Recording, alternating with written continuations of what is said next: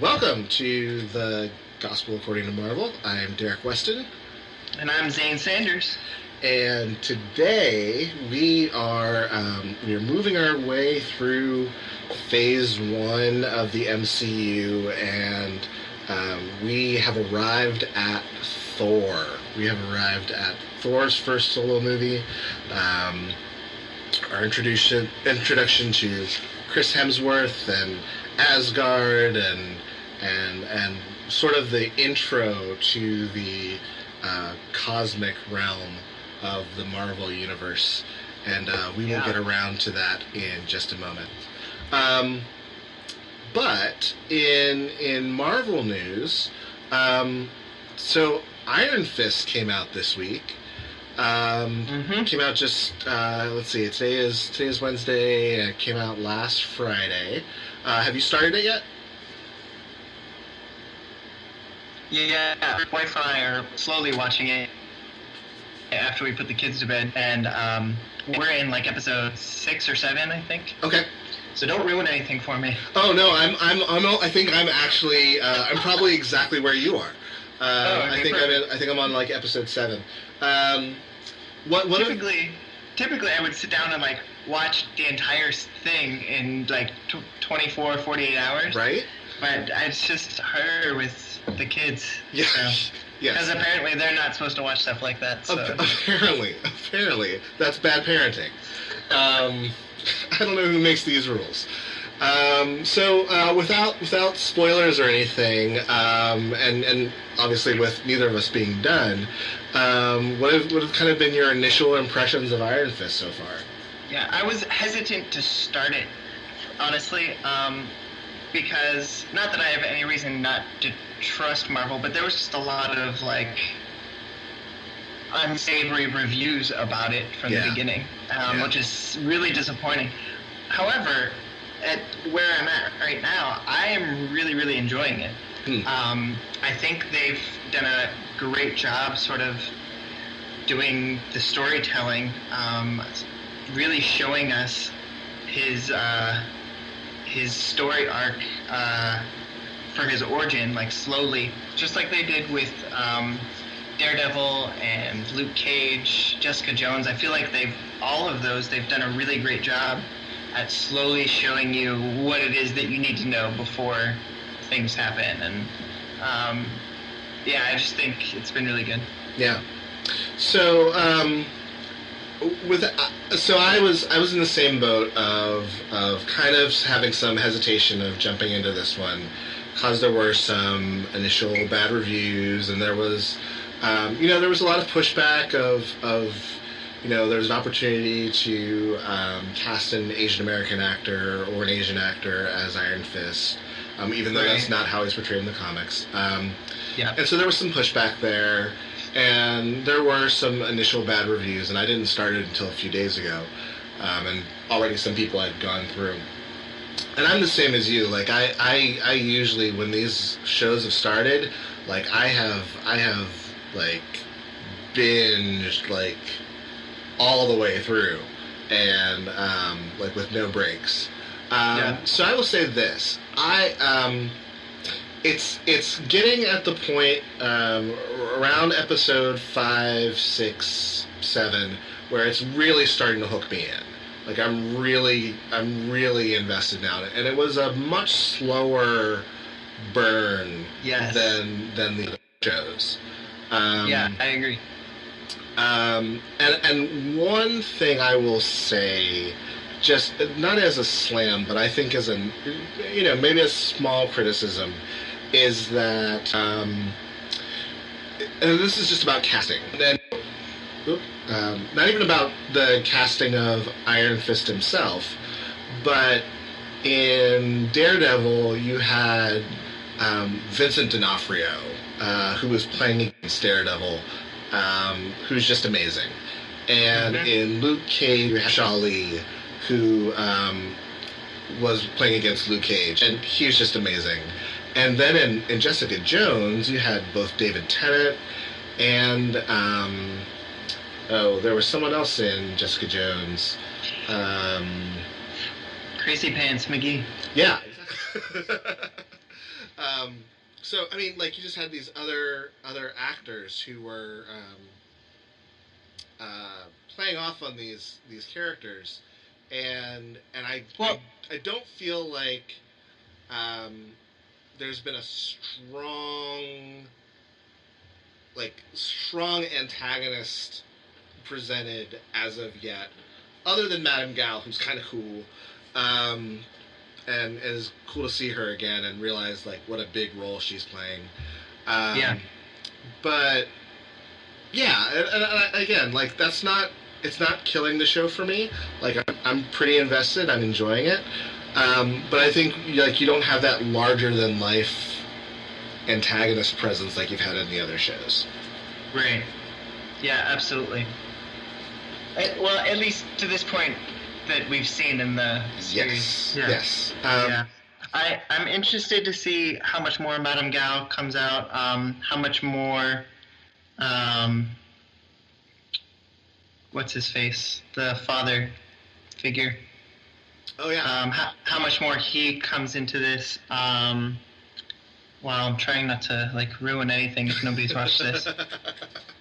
And the siblings, they show definitely an interesting dynamic that we haven't seen in any of the other series, I don't think. Yeah. But where I've gotten most excited is in seeing like Colleen Wing and Claire Temple and like all these crossovers. That I'm forgetting the character name from Jessica Jones, the lawyer. Yeah. Like seeing these crossovers happening more often is really cool, especially as we look forward to Defenders. So yeah, and I'm excited about it.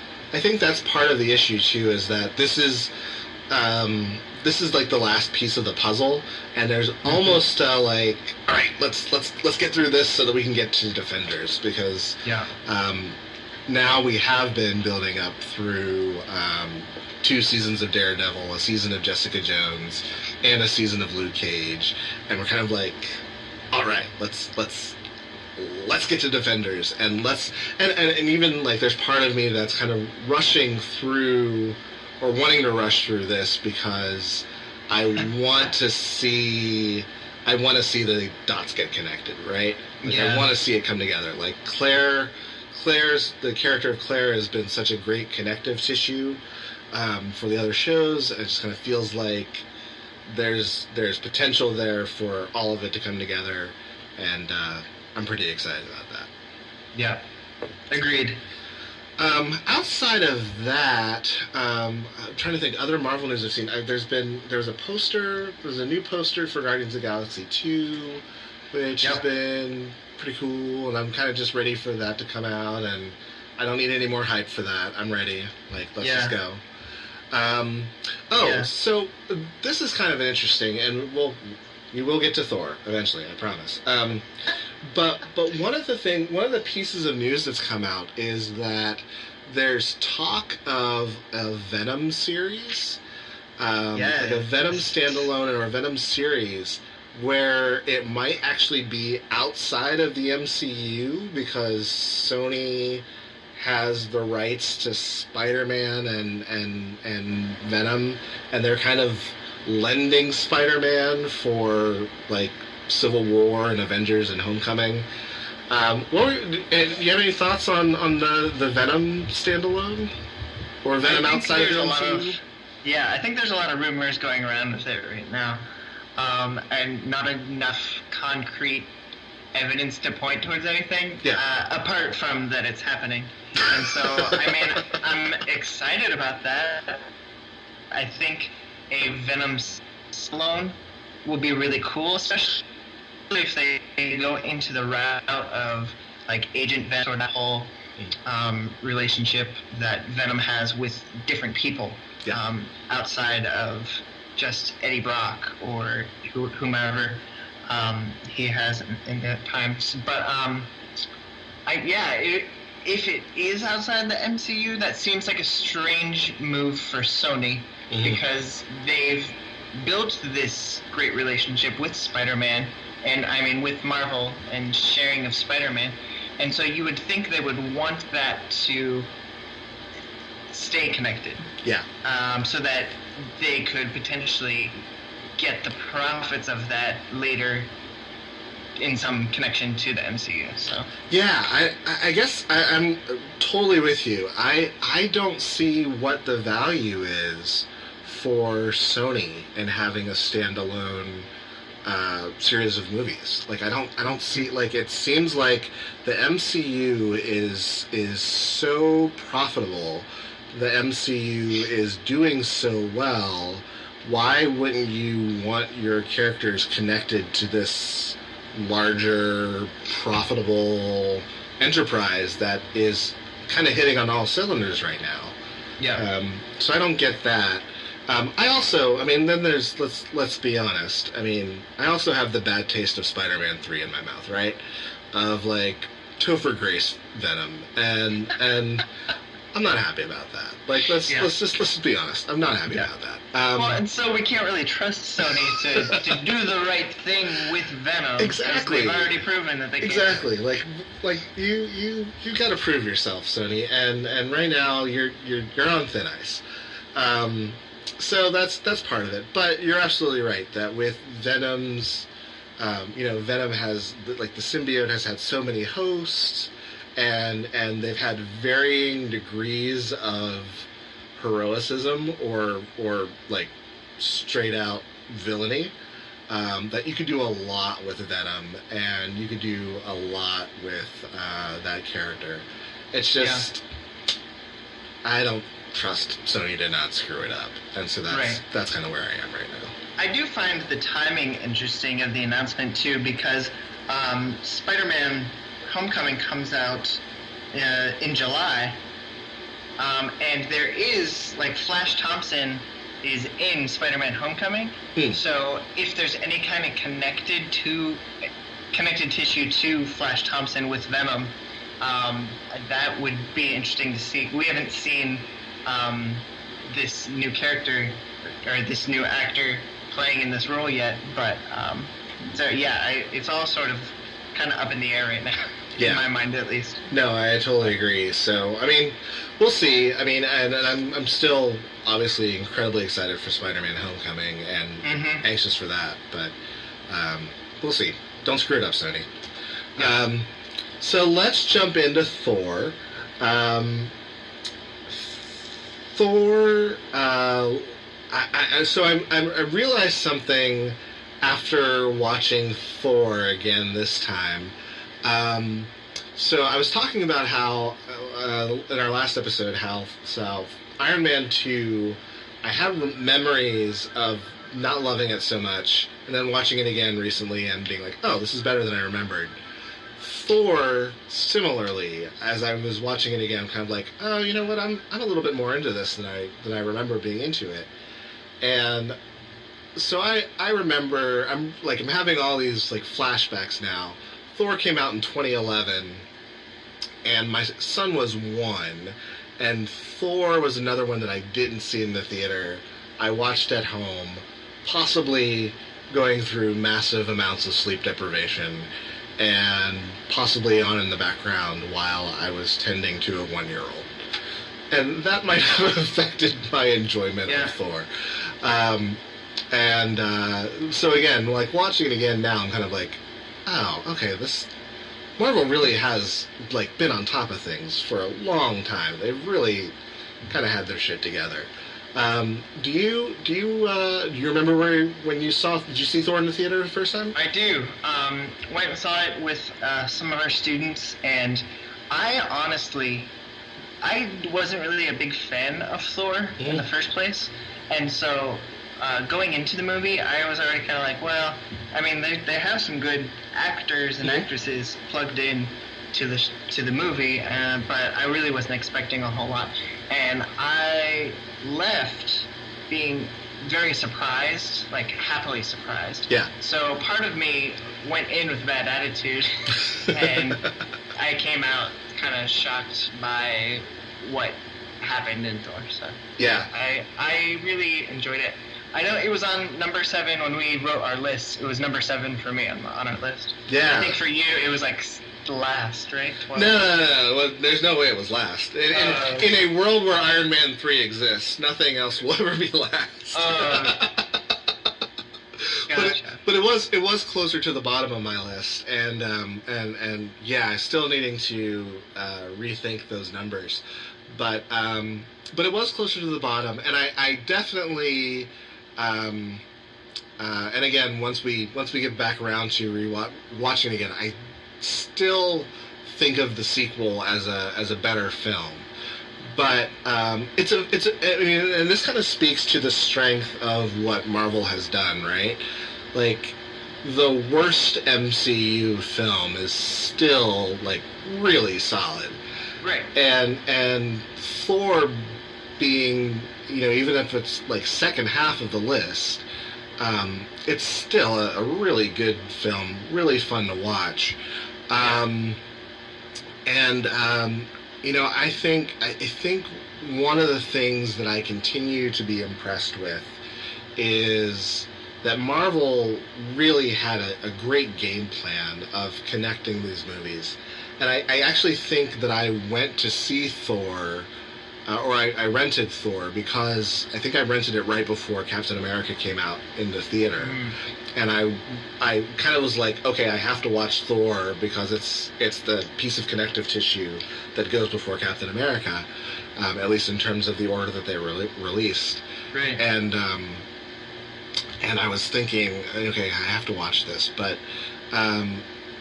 they really did just a great job of planning these out, of how they're going to connect to each other, of how they're going to build on one another, how they're going to use characters to be touch points that connect you to the rest of the universe.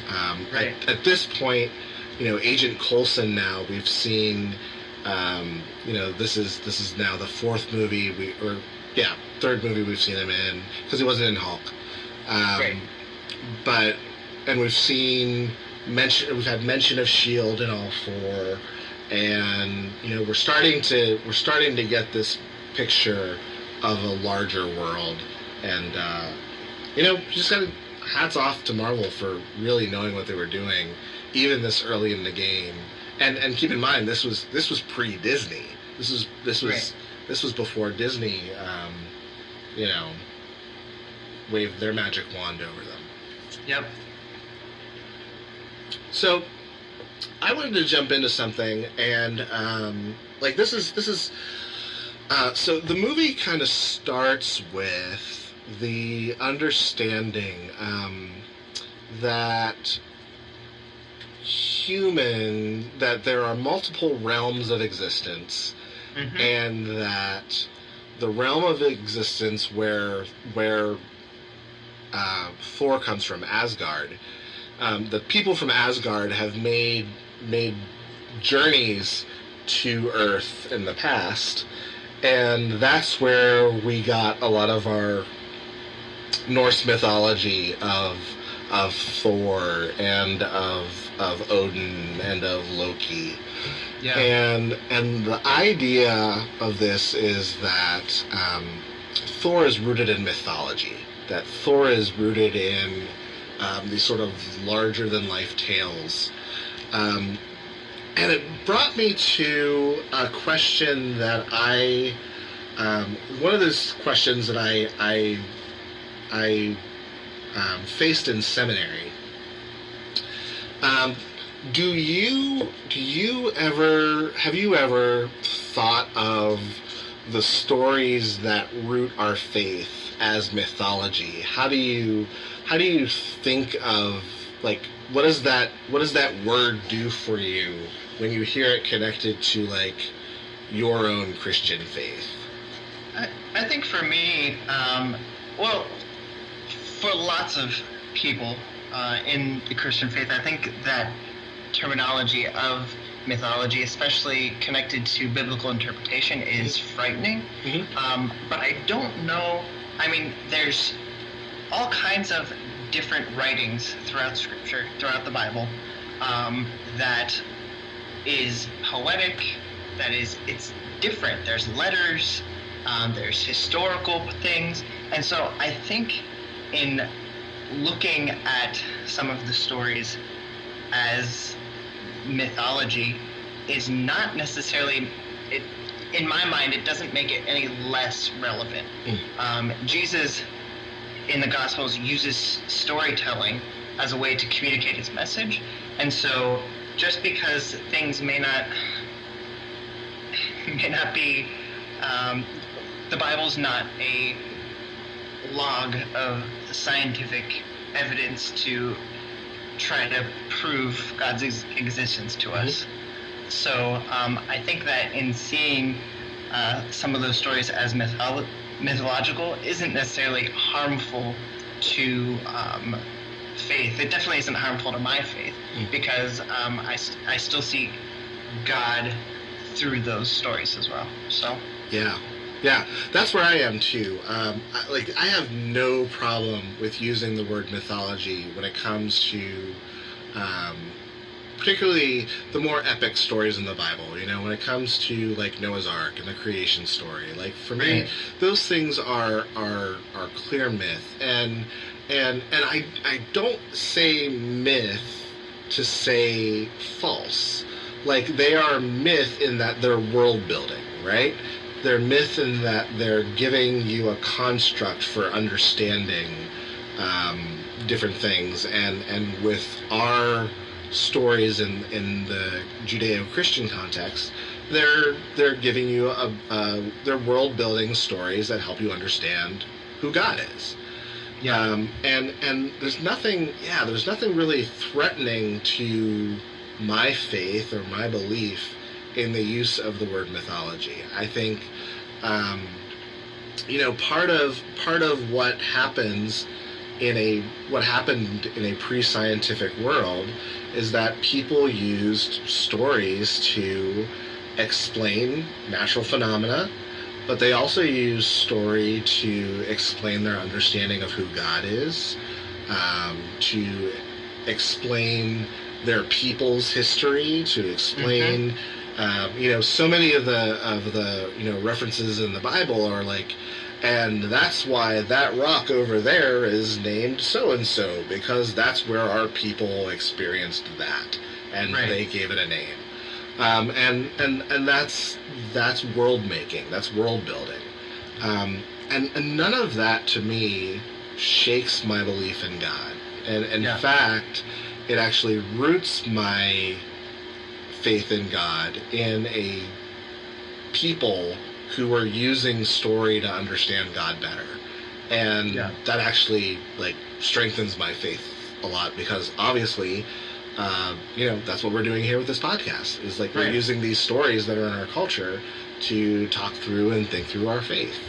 So I don't know, I'm not threatened by it, and I like one of the things that I even really like in this story is that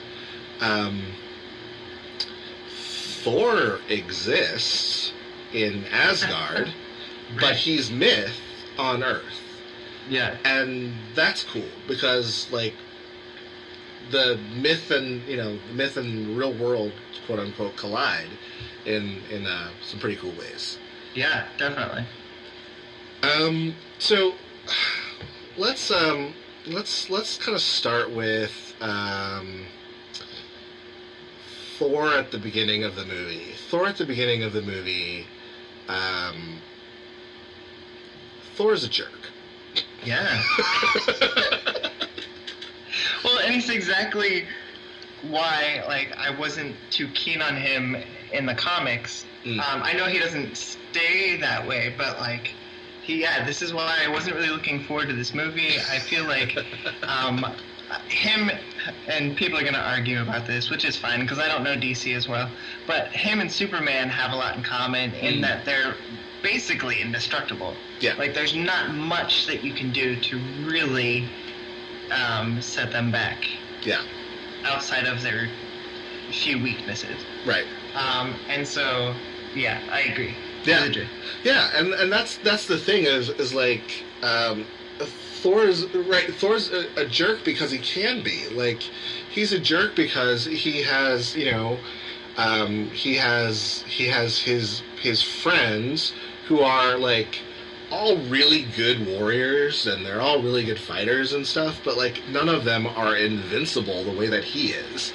And so like there's no fight that he's gonna go in and lose. Yeah. And he's arrogant, and he's brash, and um, he's itching for a fight. Like, I mean, like he is not he's not cool, calm, and collected at all. He is looking for a fight. And that I think is part of he and Odin, who like Anthony Hopkins, so great. He and Odin have this exchange where it's like, kings should be ready for a fight, but you shouldn't be looking for one. But but Thor is definitely looking for a fight, and he's a really he's not a very likable character at the very beginning. He's just kind of a jerk. Oh, and he has this lust for strength and glory and domination, and he wants to like overpower anybody, and it's difficult to like him in that state.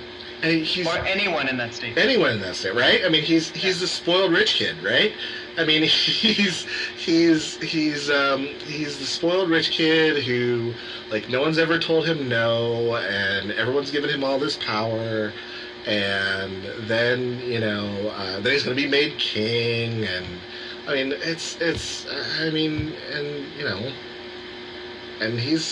and then he runs for president. No, I'm just kidding. But one of the things that's interesting about it is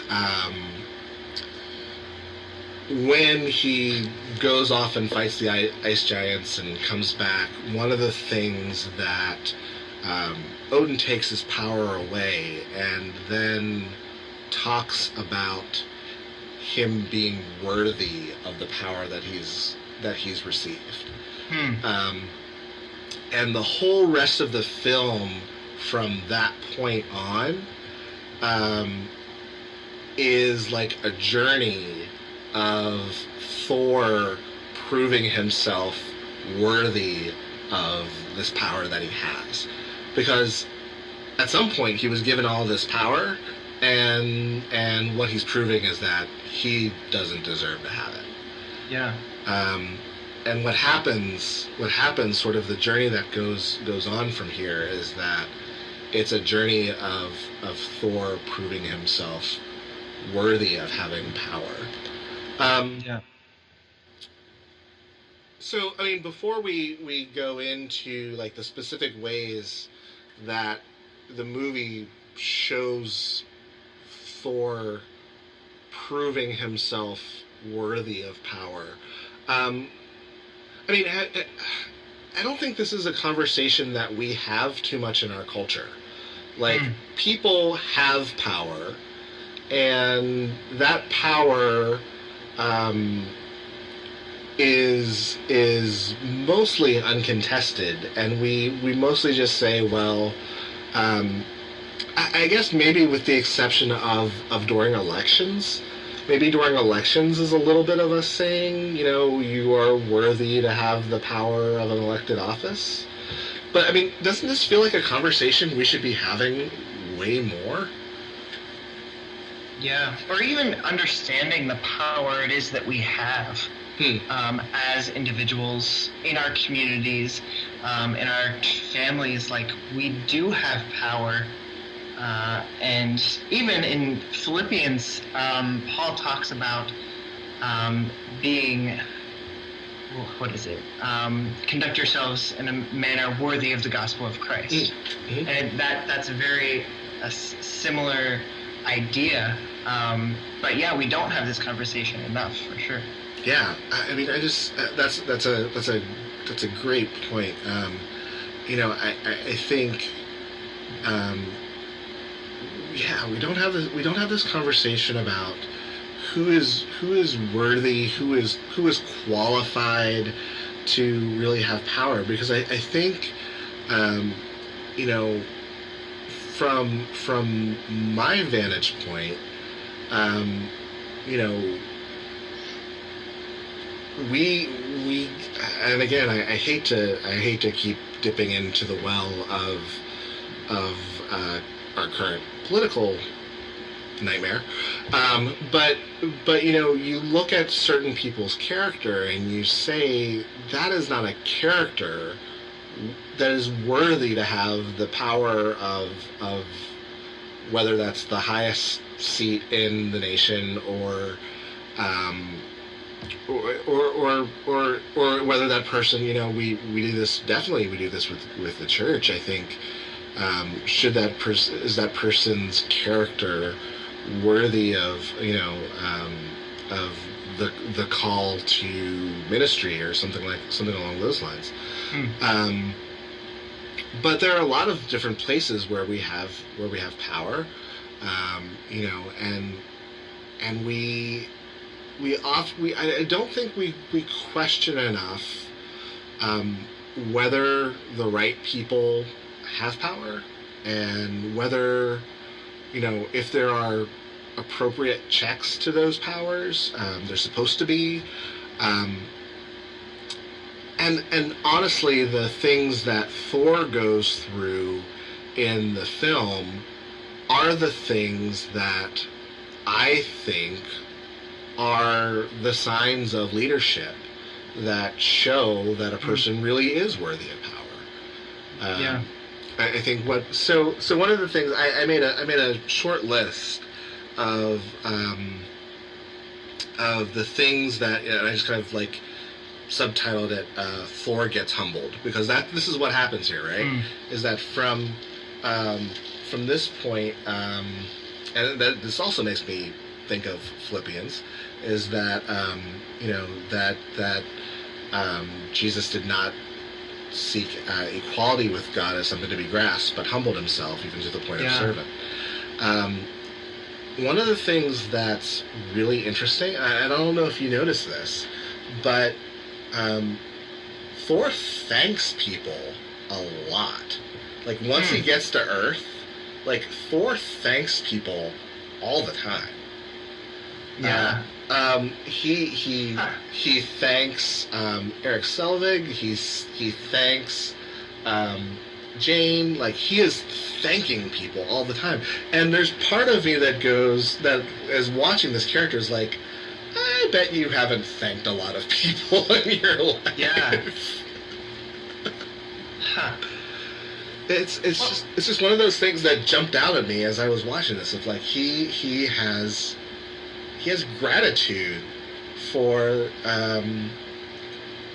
particularly for people who are helping him, who have like no real reason to be helping him. Right. Well, if we look at the root of the word worthy, we're really looking at worth, and we're looking at the value of things in our life. And so, yeah, after he goes to pull the hammer from the crater, the satellite that people are thinking it is, he does get humbled, and he sees the worth of things outside of himself in a much different way. His worldview really changes in that instant. And yeah, I think that connects so well to why we should be having this conversation over and over again, because we should walk in a way that demonstrates the extreme value and worth of the things in our lives, whether that's your worldview, the gospel, people in your lives. Thor really does a 180 in an instant, and it's beneficial for all of us, I think, to reevaluate what it is that we put our worth in. Yeah. It really is, and I love that idea of you know, what are the things that we value, and suddenly here, like you said, he kind of turns. It feels like he turns on a dime, like it feels like a complete 180. But I think part of that is we get the sense that he's been taught these things, that like Odin, because Odin again, you know, Anthony Hopkins, so awesome. Like Odin seems like Odin is a wise and virtuous person who my guess would be that for Thor and Loki, he's taught them these values. He's taught them to care about the people in their life. He's taught them, don't rush off to war. That he's instilled these things. These aren't things that Thor has to necessarily learn, I don't think. I think these are things that Thor has to remember. Yeah. Like in his being so powerful and being so strong, I think he forgot them, and maybe he lost himself in the glory of battle, or he lost himself somewhere. And when he gets humbled, he gets to this place where he doesn't have his powers, he doesn't have his hammer. He's brought back to things like gratitude. Yeah. I for one, I've talked about, in my writing and in my ministry, particularly the last couple of years, I've talked a lot about my depression and things like that. And one of the things that I have found, and I don't always, in my darker moments, I don't always have access to this, but one of the things that I've really found is that gratitude is one of those things that really changes my outlook on life. Yeah. And I think that's maybe that's for me why Thor, again, even in his, even while he's imprisoned and Loki is lying to him about what's happened to Odin, he even seems to be grateful to Loki. And for me, I just found, and I don't know if you've experienced this, but sometimes when I just find that if I can stop myself in the midst of whatever challenges I am going through, and stop and remember the things that I have and remember to be thankful for them, things really can turn around. My perspective can change and things like that. Yeah. Yeah, I think that's a great point. Yeah. So, isn't that part of the reason why, in the Christian faith, why we celebrate the Eucharist, why we do communion together, so that we can remember ourselves to that idea of being a part of the body of Christ and not just an individual, and having that kind of gratitude for what others have done in our lives and for us.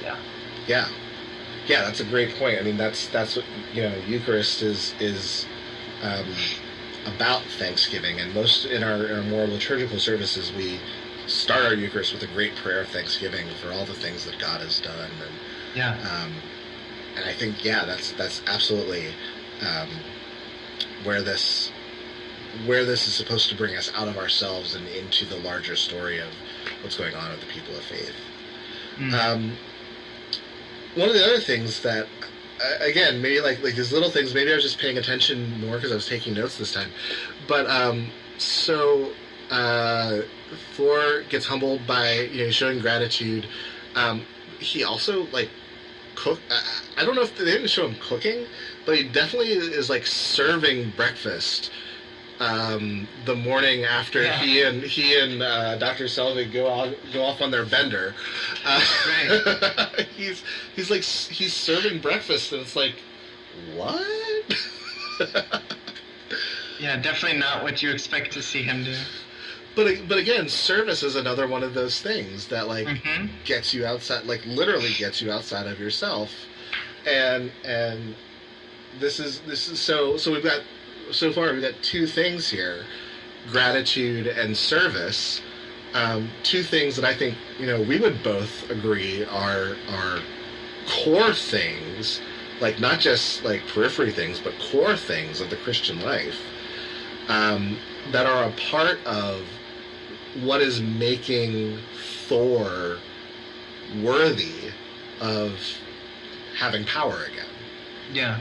And I just again, maybe I was just being more attentive to it, but I just thought this is really cool the way this has been done, that that's a part of who he is.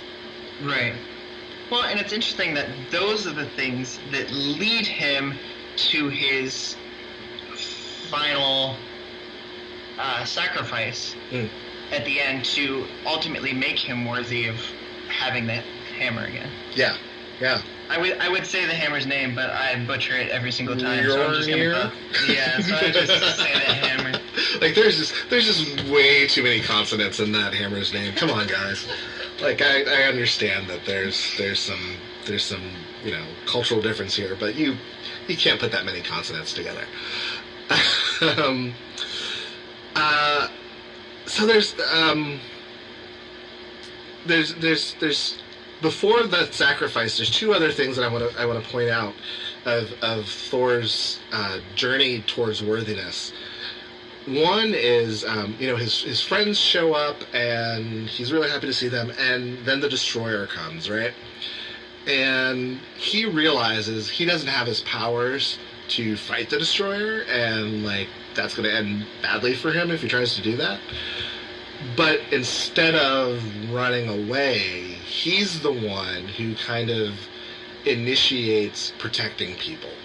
Yeah. And he immediately snaps into action of okay, I've got to protect people. I've got to move them out of the way of danger. And I've got he starts to again, he is making this journey outside of himself towards other people. And so he's not even this character who from the beginning of the movie has been spoiling for a fight is now given the opportunity and something to fight, and I think it's not just because he doesn't have his powers, but I think it's also he's valuing other people more, and so he's moving into a place of protecting people. Well, and he's taking responsibility for the destroyer being there too.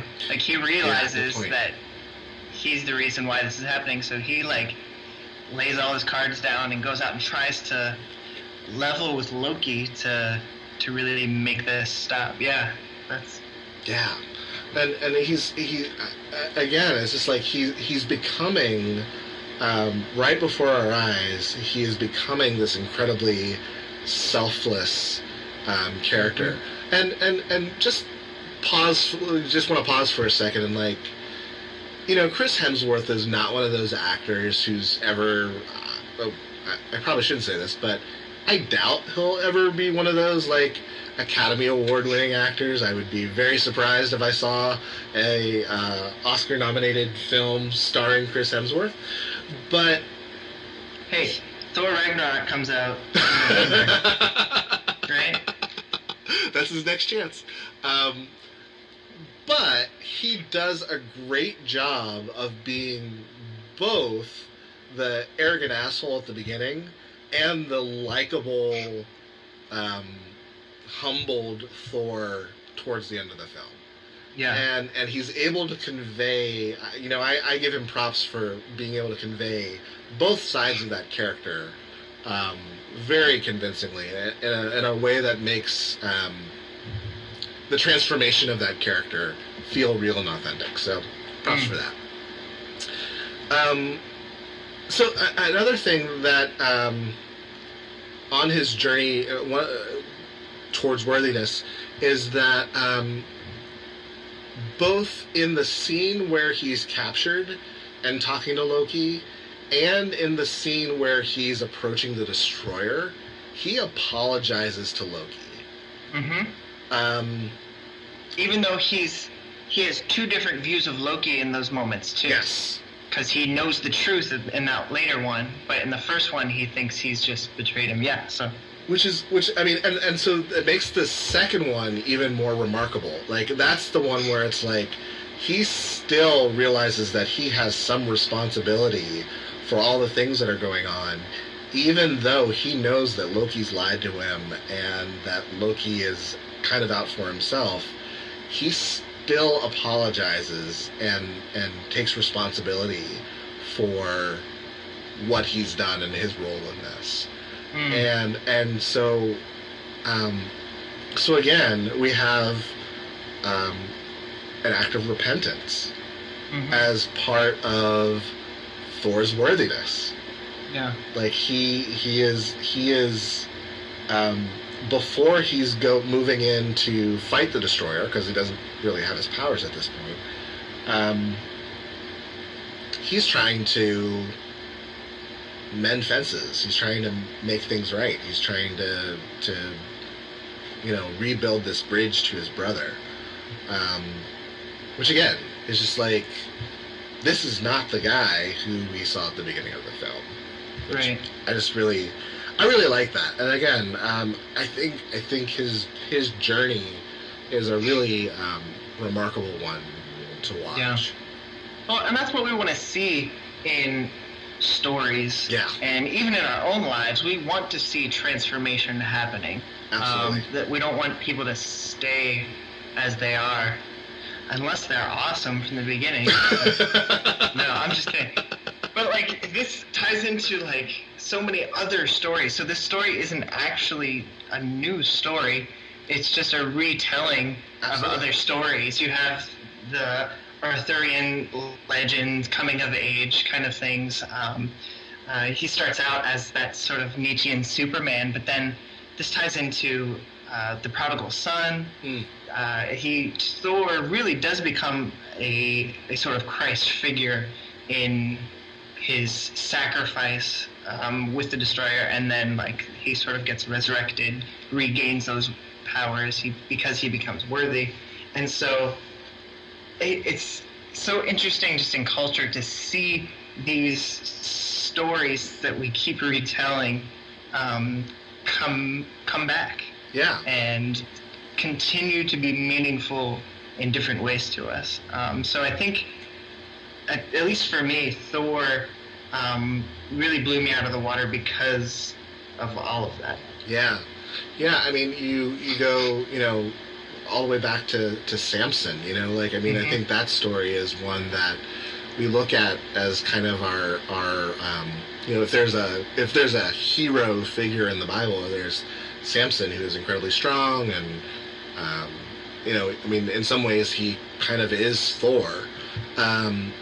But yeah, it's not a brand new story, but it's a story that resonates because I think these are the characteristics. And again, to kind of go back to our conversation that I feel like we should be having more, these are the characteristics of the people that we want from the people who have power in this world. Like, we want them to be humble with that use of power. We want them to use that power to serve and protect others, Like, that's why that's on the side of police cars, to serve and to protect. And when cops aren't serving and protecting, we don't like that. We want people to be able to admit their mistakes and to be accountable for the mistakes that they make. And then ultimately, what makes Thor worthy is he offers his life in exchange for the lives of the other people there. Like, Loki, you're here for me, and so here I am. I'm sacrificing myself. He gets batted across the street by the Destroyer, and Odin, even in mid-sleep, has consciousness of this happening. I don't know, that part, yeah, alright, whatever. And then his powers return to him in that moment, which again, for us in our faith, the ultimate act of power is self-sacrifice. It's when you lay down your life for another.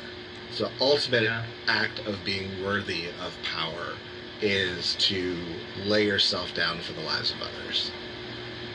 Hey, that sounds like a Bible verse. Is that where I got that from? I found another theme in this that really connects to this, but that jealousy is a huge part of this. Not even just for Loki, which obviously it is for Loki, but for Thor in his beginning. in the beginning of the movie, like he longs for that strength and glory and domination, like we talked about.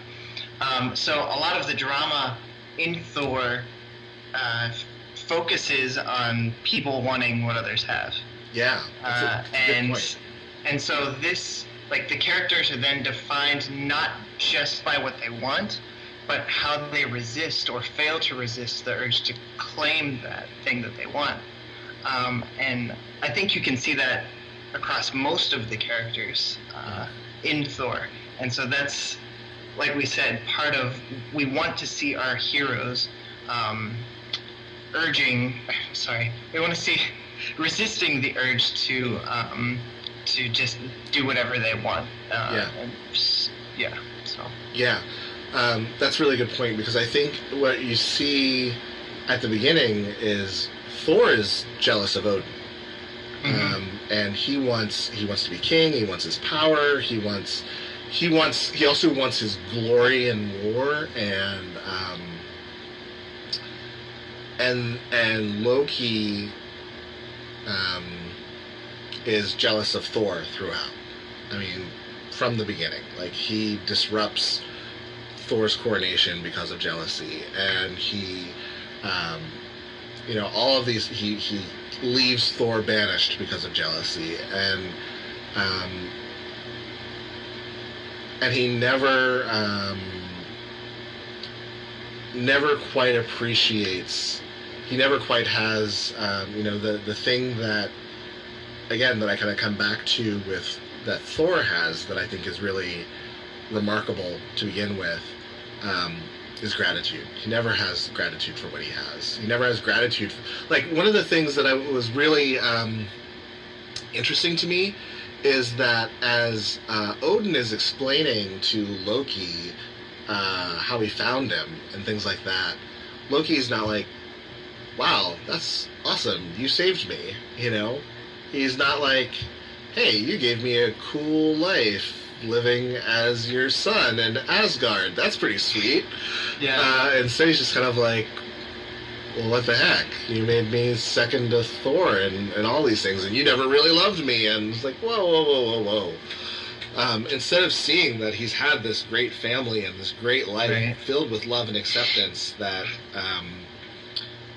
could have been denied him, instead he sees what he doesn't have instead of what he does have. And that's really where the jealousy part comes in. Definitely. So, just kind of on a story element here. Actually, before I get to that, we haven't talked much about Jane Foster, Natalie Portman's character. Yeah. And I think there's a reason for that. Well, maybe less of a reason in this movie than the second Thor. But that's neither here nor there. Maybe. I find myself saying this a lot when it comes to Natalie Portman. I think she did well with the material that she was given, but I don't think she was given great material here. She's not a very fleshed out character. She's not a particularly interesting character. I think, just in terms of comparison, I think Pepper Potts is way more interesting than Jane Foster. I don't know. I mean, am I off base here? Am I being too hard on her? It's definitely one of the weaker characters in the story. Yeah, you're right. And I think, honestly, I feel like Eric Selvig is given a lot more to do with in this film than Jane Foster is. And maybe that's because they knew they were going to use Eric Selvig again into the future. But I mean, he just seems more interesting. He seems more fleshed out. He seems like, I mean, he has a little bit of an arc in terms of, I mean, that's the thing. I don't think Jane Foster really has an arc.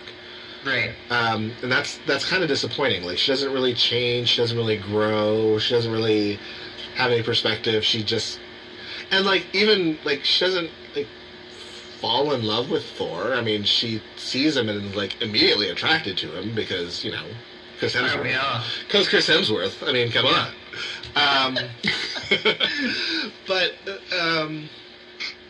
But yeah, and I guess I kind of want to like just vocalize my disappointment in that, because I feel like this is one of those places where Marvel's kind of hit and miss on the love interest characters. Right.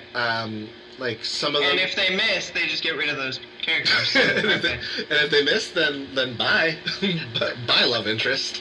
And actually, you know, it becomes more interesting when the love interest, as we, you know, down the road, when the love interest becomes someone else on the team, like with what you see with Bruce Banner and Black Widow. Yeah. So anyway, I just, and again, poor Natalie Portman. But even at the end of that movie, they get rid of Hulk, right? Yes. No, but I did find it sort of humorous that Natalie Portman plays Luke Skywalker's mother in Star Wars, and then Chris Hemsworth plays James Kirk's father in Star Trek. So, like, obviously they're a match. They're clearly fated to either never be together or always be together. Yes, exactly. Yeah, so I don't know. I you know, it's one of those places where I'd love to see. I would love to see more dimension in sort of the like, not just having eye candy, particularly with an actress of Natalie Portman's ability. Like, you want to do more with that. And again, I'm interested to see and where they go with in Thor Ragnarok. It seems as though from the teaser pictures we've seen that they're going like an unworthy Thor route, like the comics. And if that's the case, so Jane Foster eventually becomes Thor. Like, currently she is Thor in the comics. Yeah. While unworthy Thor is out doing his own thing. But so I'm interested to see if any of that comes into play, or if that was sort of a way to sort of retcon all of this and be like, oh, hey, look, we're gonna do something cool with this. And maybe it's a carrot to dangle in front of Natalie Portman of saying, like, hey, you stick around a little bit longer, we'll let you be Thor. You know, like, don't let your issues with Star Wars jade you to being part of a franchise. Go ahead. Come on, Natalie, stick it out. Another fun fact about all of this: the director for Thor was Gilderoy Lockhart in Harry Potter. So, like, that's three other world franchises that are connected. So, like, my geek flag is flying really high for this one. Excellent. Love it. So we have two. First off, like, in terms of story elements, this is our first sighting of any Infinity Stone. Now, no mention of that is made, but we see the tomb, and then with the cutscene, we see the Tesseract. Not called that yet, but it's in the suitcase that Nick Fury has and shows Eric Selvig at the end. So we've got now one of our first images of these Infinity Stones that are really going to carry through, you know, the next dozen films or so. Right.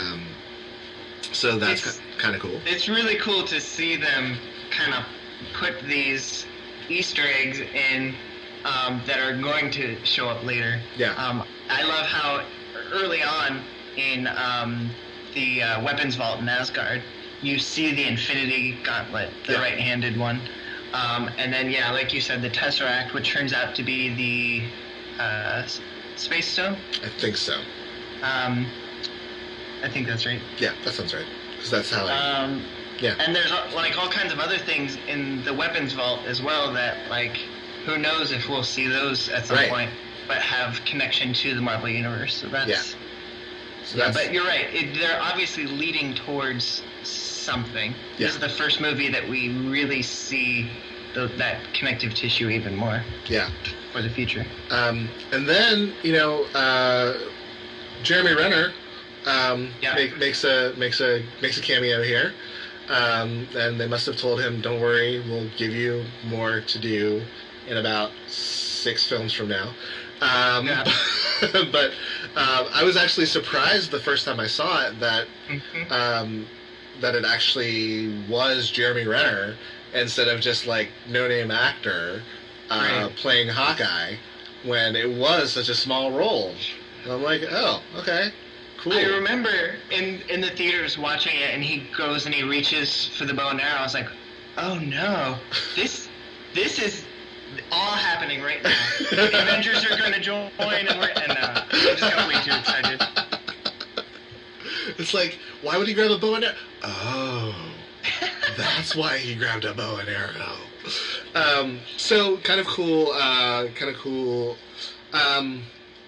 And then last, or maybe not last, but another fun little Easter egg here is that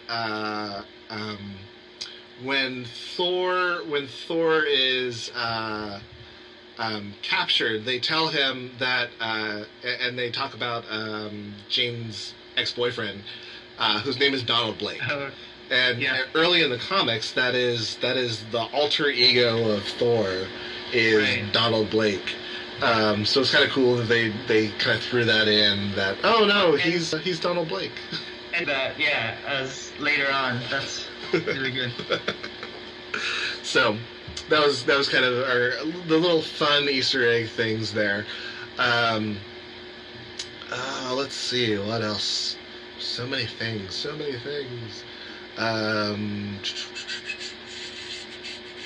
The Norwegian village seen in the flashback earlier on in the movie is actually the same one that the Red Skull invades later to steal the Tesseract in Captain America: The First Avengers. Nice. So I read that somewhere on the internet. Go internet. Love the internet.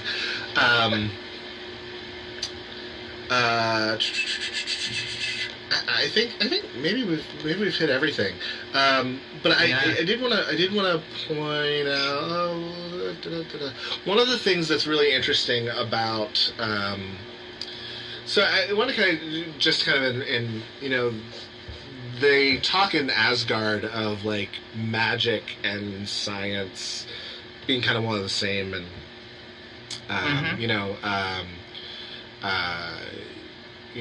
I come from a land where magic and science are one and the same, is what Thor tells Jane Foster.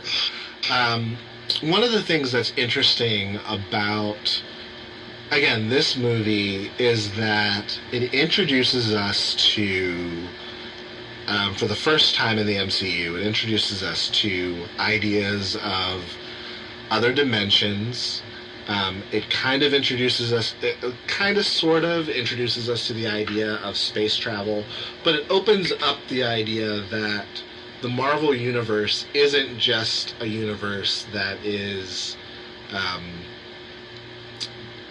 based in the science fiction, the science that we know, but it's this bigger world that has magical elements, and it also kind of opens the idea that a lot of the things that, kind of circling back around to this idea of myth, that the things that we know as legend and myth are connected to real world things. And so we see this with Marvel, that a lot of the things that are quote unquote magical are connected to other dimensions, and we'll see this more with Doctor Strange, and we'll see it. We see it somewhat in the TV shows with the Hand and the things that they're able to do in Daredevil season 2, and I assume more so in Iron Fist as well, and even in the beginning of Iron Fist, like where we talk about his powers and things like that. So I think that's one of the things that I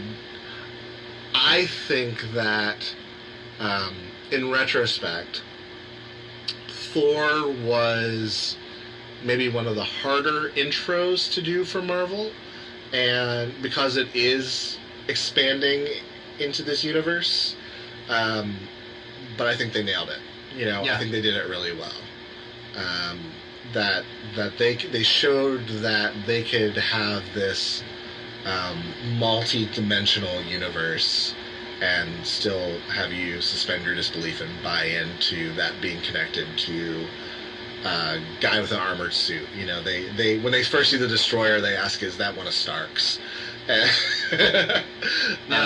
So it's cool that they're able to really expand this universe and let you believe that all these things, like both this Norse god and this gamma radiated guy and this genius who's able to build an armored suit, are all living in this kind of big crazy world, and it's only going to get bigger and crazier.